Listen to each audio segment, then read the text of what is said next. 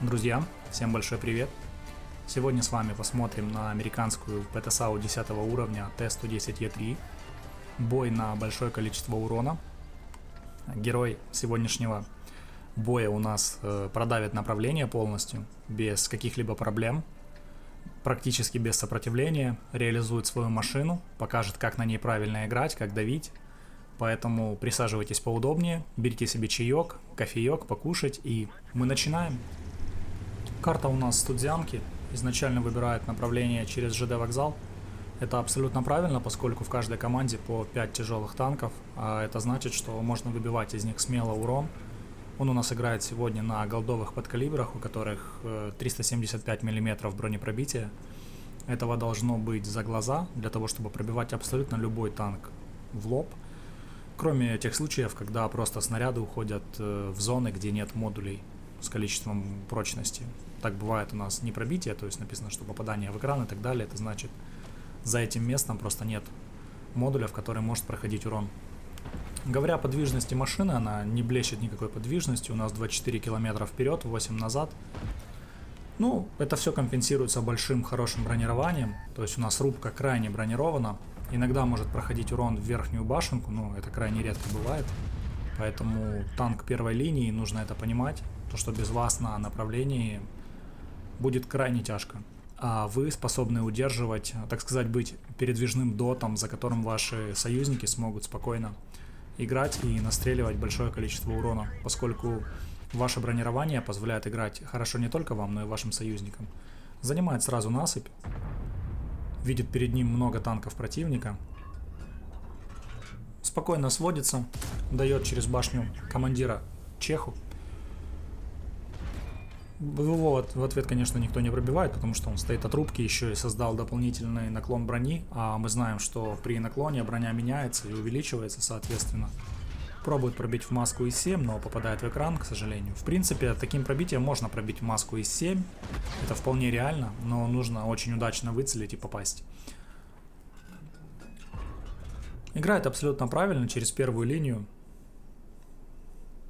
На этой карте, в принципе, на подобном ПТ аппарате и других зон для разъезда нет, ехать налево смысла нет, потому что могут набросать именно справа или из центра, а здесь как раз он полностью прикрыт справа-слева, сзади куча союзников, перед ним только танки, по которым он может спокойно настреливать.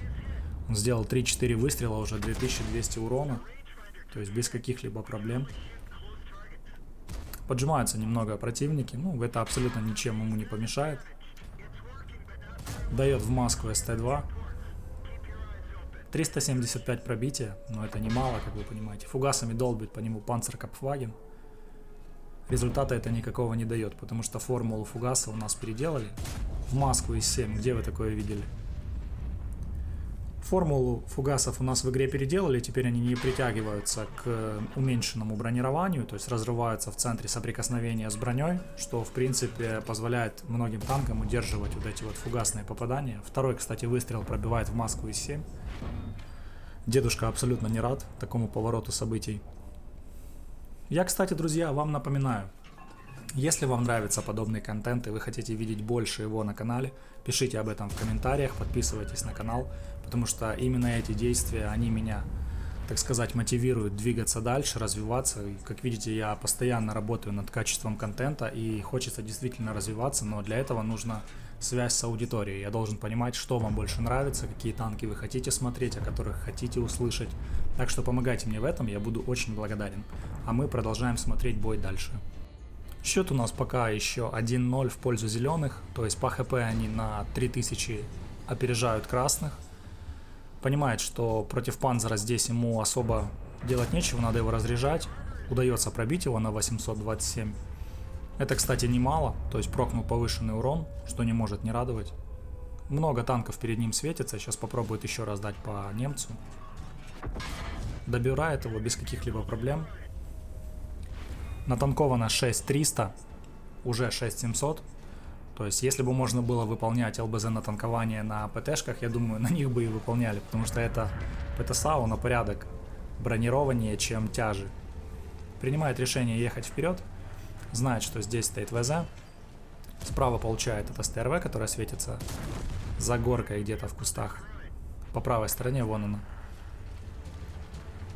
Принимает пока решение задержаться здесь. Есть справа насыпь, то есть ЖД-платформа такая, которая прикрывает его НЛД. Сводится спокойно шведа, дает на 720. Пушка довольно точная, то есть она имеет не прям сверхточность, как у гриля, но для средней ближней дистанции ее более чем достаточно. Плюс неплохая скорострельность. Он играет, как видите, с колой, по-любому там установлен досылатель, ну, то есть ДПМ у машины имеется. Выкатывается на него прогета. Понимаю, что нужно заезжать, потому что у того есть какой-никакой, но барабан все-таки. А терять очки прочности, тем более в начале боя, который идет там 4 минуты, смысла нет. Поджался уже ближе, у него 7300 нанесенного урона. Знает, что справа стоит СТРВ. Пробует добрать левым, но, к сожалению, не попадает. Справа светится СТРВшка. Играет от насыпи, перед ним стоит Проджета, которого нужно разбирать, у него большое количество очков прочности. Удается попасть через Проджета на откате, аккуратно очень играет. Видно, что игрок скилловый, не торопится, принимает именно взвешенные решения по выцеливанию танков, не разменивается на ерунду. Что в принципе и нужно делать, это такой показательный бой. Он знает, что у него за спиной есть союзники, которые просто прикроют, если на него будут тяжи выкатываться. Это очень важно. То есть следить за картой. На левом направлении игроки тоже выиграли, кстати, что не может не радовать. Счет у нас 6-6, уже 7-6, 12900 хп у зеленых против 6800 у красных. ХП команды противника тают на глазах, 2 артиллерии по нему отстрелялись. Ну, пробить им текущая формула их урона практически нереально, потому что здесь реально очень серьезное бронирование. Кто любит такие мощные машины, которые способны выдерживать большое количество урона, то Е3 это для вас. Е4 он такой более мягкий. Я сам обладатель именно Е4. Кстати, отличный блайнд дает по СТРВ.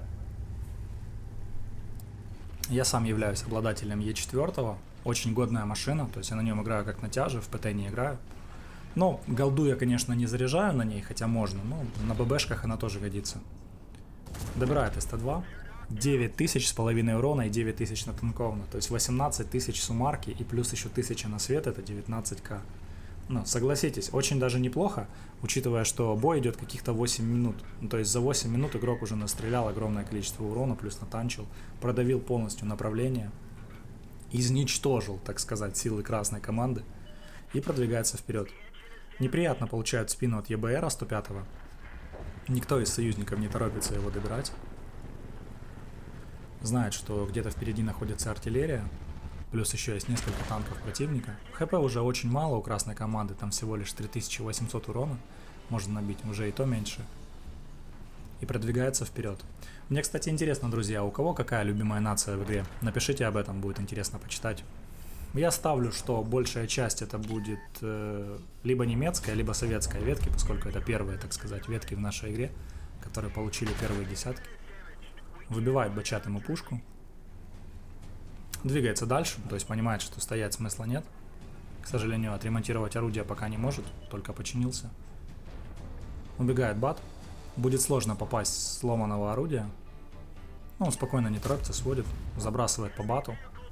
6 киллов, 10 тысяч с половиной урона, десятка натанкована. Где-то здесь светилась еще одна арта.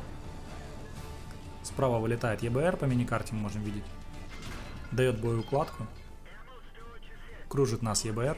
Союзники не помогают. СТБ, возможно, заберет. Не торопится добирать его СТБ. Все-таки из 4 ставит точку. И наш сегодняшний герой делает 7-й фраг, добирая 2-ю артиллерию. Если понравилось, пальцы вверх. Ждите новые видосы и до встречи.